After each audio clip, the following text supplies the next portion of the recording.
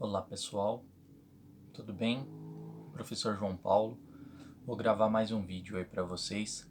Hoje eu vou dar continuidade no assunto, que é a avaliação no trauma, que é o XABCDE, onde a gente fala na avaliação primária e secundária.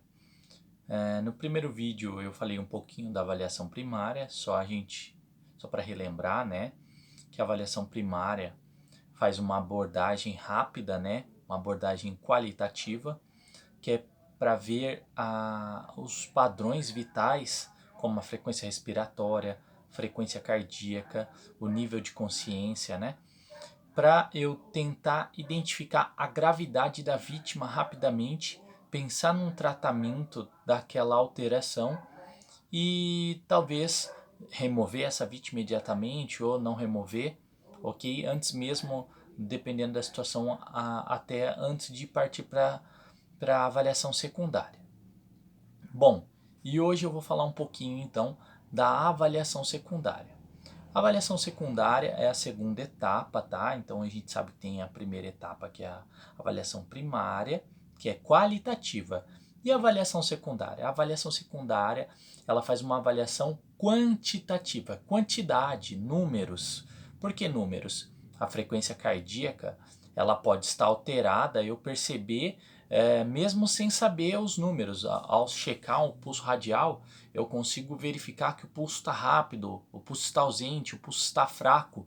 Isso é qualidade, Agora, quanto está de acordo com os padrões definidos como normal, com um padrão alterado, com um padrão menor do que o normal ou mais baixa, Que a gente chama de bradipneia, taquipneia, Então a gente precisa pensar, um exemplo, ou taquicardia, bradicardia, ou taquipneia, bradipneia, que são os padrões respiratórios. O nível de consciência também, que eu consigo classificar, de acordo com consciente, inconsciente, torporoso, confuso, desorientado, agitado. Mas existe também uma tabela que classifica o grau de consciência da vítima, que a gente chama de escala de coma de Glasgow. Então, na avaliação secundária, a gente vai começar a aplicar exames físicos e testes mais palpáveis para ter uma informação padronizada. Então vamos lá. Primeiro, eu falei para vocês. Objetivo: quantificar dados vitais, pressão arterial, frequência cardíaca, frequência respiratória, temperatura e dor, tá? Esses são os sinais vitais padrões, que a gente considera, tá? Mas também existem alguns outras informações que são complementares, como o quê? O HGT, que é o destro, onde eu vou verificar a glicemia do paciente, a saturação de O2, tá? Também eu vou pegar o oxímetro de dedo, colocar lá no paciente e verificar o nível de oxigênio, qual que é a porcentagem que ele está apresentando. Lembrando que a saturação vai de 0 a 100, o ideal é que esteja acima de 94. Se for paciente com doença pulmonar obstrutiva crônica, a DPOC, 92, 90, abaixo de 94 até 90 seria tolerado, ok? Que é o basal do paciente. Bom, e aí a gente pensa, mas é difícil isso, a gente fazer avaliação primária, avaliação secundária, o que eu faço em qual momento? Bom, a gente divide para ficar mais fácil o entendimento, mas na hora do vamos ver, na hora do atendimento, acontece a avaliação primária e a secundária, de certa forma, ao mesmo tempo. Enquanto, vamos dar exemplo, tá? O médico e o enfermeiro, ou dois profissionais, o técnico de enfermagem e o enfermeiro, ou o enfermeiro e o socorrista. Então, duas pessoas conseguem fazer dois processos ao mesmo tempo. Agora, uma pessoa ela vai ter que fazer uma etapa de cada vez, certo? Então, para meio de ensino ou de técnica de aprendizagem, é recomendado que você faça uma etapa de cada vez, certo? Então, você vai avaliar, fazer a aplicação da avaliação primária, fazer uma avaliação do padrão respiratório, uma avaliação do nível de consciência, uma avaliação das características hemodinâmicas. Não encontrou nada, nenhuma alteração significante, parto para avaliação secundária, para você poder tomar uma atitude com mais segurança. Bom, E aí a gente aferiu então, fez a aplicação do aparelho de pressão, né? Viu a pressão, viu oximetria, viu glicemia, viu tudo, certo? Agora eu vou fazer o quê? O exame físico, tá? Por que eu tenho que fazer um exame físico completo? A gente fala que tem que fazer um exame físico da cabeça aos pés, céfalo-caudal, céfalo-podálico, né? Vai depender de onde a gente for estudar, pode estar uma terminologia diferente, mas sempre da cabeça aos pés. Então eu vou examinar a cabeça, vou examinar o tórax, vou examinar o abdômen, vou examinar a pelve, depois eu vou examinar as extremidades, tá? Então, vamos relembrar. Cabeça, tórax, abdômen, pelve, que é aqui a região do quadril, depois extremidades, membros superiores e membros inferiores, tá? Eu não devo me apegar a fraturas e ferimentos superficiais como se isso fosse o mais grave, tá, pessoal? Isso é uma dica, tá? Às vezes a gente fica lá perdendo tempo imobilizando, fazendo curativo em uma coisa que não está ameaçando a vida do paciente. Um sangramento só deve ser controlado inicialmente se for ameaçador à vida. Se for uma escoriação leve, um pequeno corte que não está ameaçando a vida, eu tenho que avaliar primeiro a vítima para ver se ela tem sinais de mais gravidade. Não encontrando mais gravidade, aí sim eu vou fazer o curativo, tá? Então fiz o exame físico cefalocaudal. No exame cefalocaudal, né, da cabeça aos pés, enquanto eu estou fazendo a avaliação, né, coloquei o oxímetro, já fiz a glicemia, já consegui alguns parâmetros clínicos. Com isso, eu já consigo fazer o quê? Pensar em algum tipo de tratamento. Se esse paciente está hidratado, se ele está desidratado, se ele está hipotenso, se ele tem hipovolemia, né, que é quando a pressão está baixa, por perdas, né, por desidratação ou por perda sanguínea ou em outras causas. Se ele está com uma saturação baixa ou desaturando, com baixa a saturação de O2, então vi lá no oxímetro que está menor que 90, vou pensar na reposição de oxigênio. Então a gente segue uma linha do quê? Identificar, tratar e reavaliar. O recomendado que a reavaliação completa, né, do trauma que seja feita a cada 2 minutos. Então a cada 2 minutos eu faço uma reavaliação. Mas eu tenho que fazer tudo, todas as etapas? Quase tudo, o que for mais importante. Então, tem que avaliar o nível de consciência de novo, tenho que ver a parte hemodinâmica, eu tenho que ver o padrão respiratório, porque são os mais importantes, ok? Então, eu tenho que estar sempre fazendo uma reavaliação. Uma coisa importante, eu não posso esquecer na hora do exame físico de ver o dorso da vítima. Muitas pessoas esquecem, avalia a parte da frente, extremidade, tudo bonitinho e esquece. O melhor momento para avaliar o dorso da vítima é na hora que você vai fazer o rolamento dele, ou para pôr na prancha, ou porque você vai avaliar mesmo. Mas você tem que pensar, se é trauma, eu tenho que evitar. Vira, volta, vira, volta. Eu tenho que movimentar o mínimo possível. Então, deixar para fazer o rolamento 90 graus da vítima na hora que ou já for pôr na prancha, ou eu já fiz as outras avaliações. Por quê? A hora que eu virar, eu já penso se eu vou pranchar ou não, ok? Para eu não ter que movimentar a vítima 2 vezes, o paciente vai sentir dor, pode ter instabilidade óssea, né? Um desalinhamento, pode ter um agravamento de fratura da coluna. Então eu tenho que pensar em todas essas questões. Outra coisa, quando eu faço, então, fiz a primeira etapa, avaliação primária, fiz a avaliação secundária, que eu acabei de falar para vocês, que é um exame físico com avaliação dos sinais vitais, tá?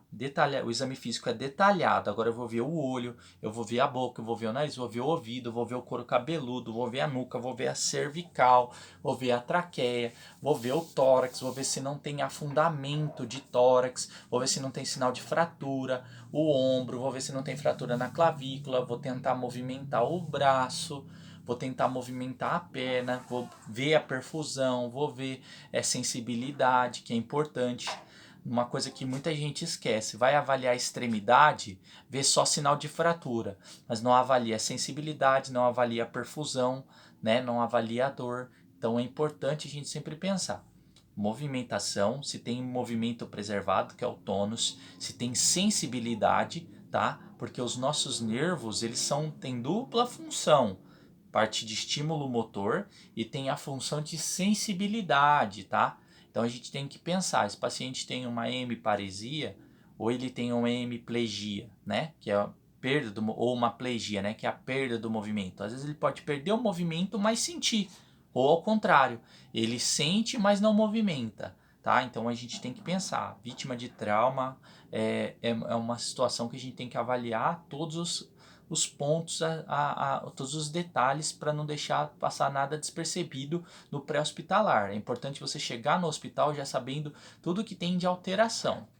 Outra coisa, tem uma outra escala, cheia de escala, né, no trauma para avaliação. Ó, escala de Coma de Glasgow, escala, né, do trauma, que é o XABCDE, mas também tem uma escala que chama SAMPLE. A gente não costuma falar muito porque a gente acaba fazendo e não pensa na sequência das perguntas, mas tem uma sequência óbvia.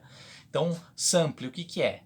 S de sinais e sintomas. O que esse paciente está sentindo e o que ele apresenta, tá? Sintomas, o que ele apresenta. Sinais, o que ele está sentindo. Alergia. Ele tem A de alergia, SAMPLE, né? A de alergia, ele tem alergia à medicação. Por quê? Eu quero saber antes de fazer, se eu vou fazer um remédio para dor, se eu vou fazer usar um esparadrapo, se eu vou usar qualquer outro material que ele tenha sensibilidade ou intolerância. M de medicamentos e um pouco do histórico, né? Por que se ele é diabético, se ele é hipertenso, se ele toma aquela medicação, se ele está taquicárdico porque ele não tomou o remédio, se a glicemia está alterada porque ele não tomou hipoglicemiante. Então, são várias informações. Se ele toma uma medicação anti-ansiolítica, um sedativo para dormir, por isso ele está sonolento, tá? Então, eu tenho que pensar.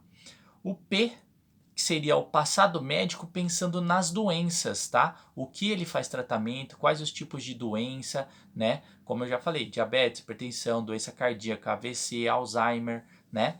E também, se for paciente mulher, a questão da prenhez, né? Se está prenha, se está gestante, existe a possibilidade de estar grávida. Então você sempre vai perguntar o quê? A data da última menstruação.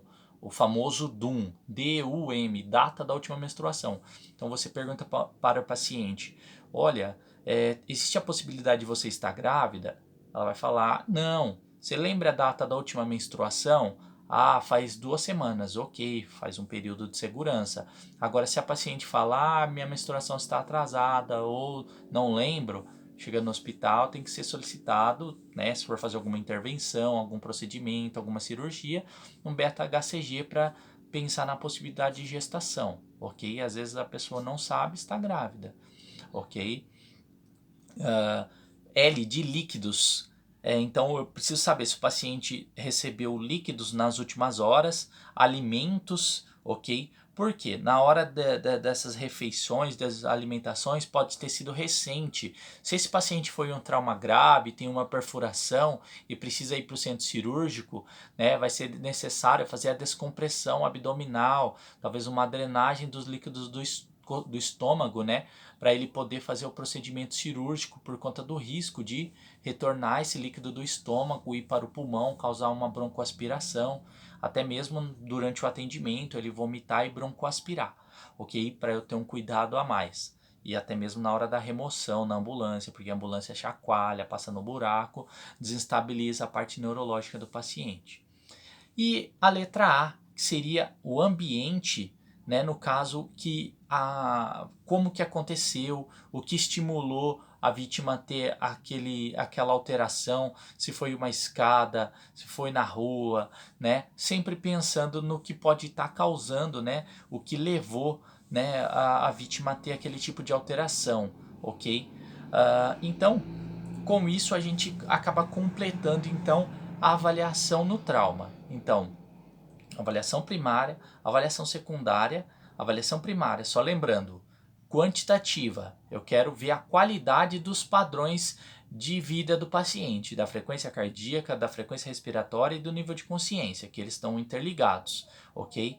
Já na avaliação secundária, eu quero fazer uma avaliação quantitativa, quero ver os padrões, o que estão dentro do normal, o que está alterado, para pensar no tratamento, pensar numa forma de corrigir uma hipoglicemia, uma hipotensão, né, que pode ser uma desidratação, pode ser também uma queda da saturação. Então eu preciso pensar nos tratamentos para tentar ajudar a vítima, ok? Lembrando, fazendo exame físico, então vou avaliar toda a questão do corpo, todas as estruturas. A gente está falando de uma escala de avaliação do trauma, mas eu também tenho que pensar em alterações clínicas, tá certo? E poder ajudar esse paciente da melhor forma possível. Então a gente segue a linha de raciocínio.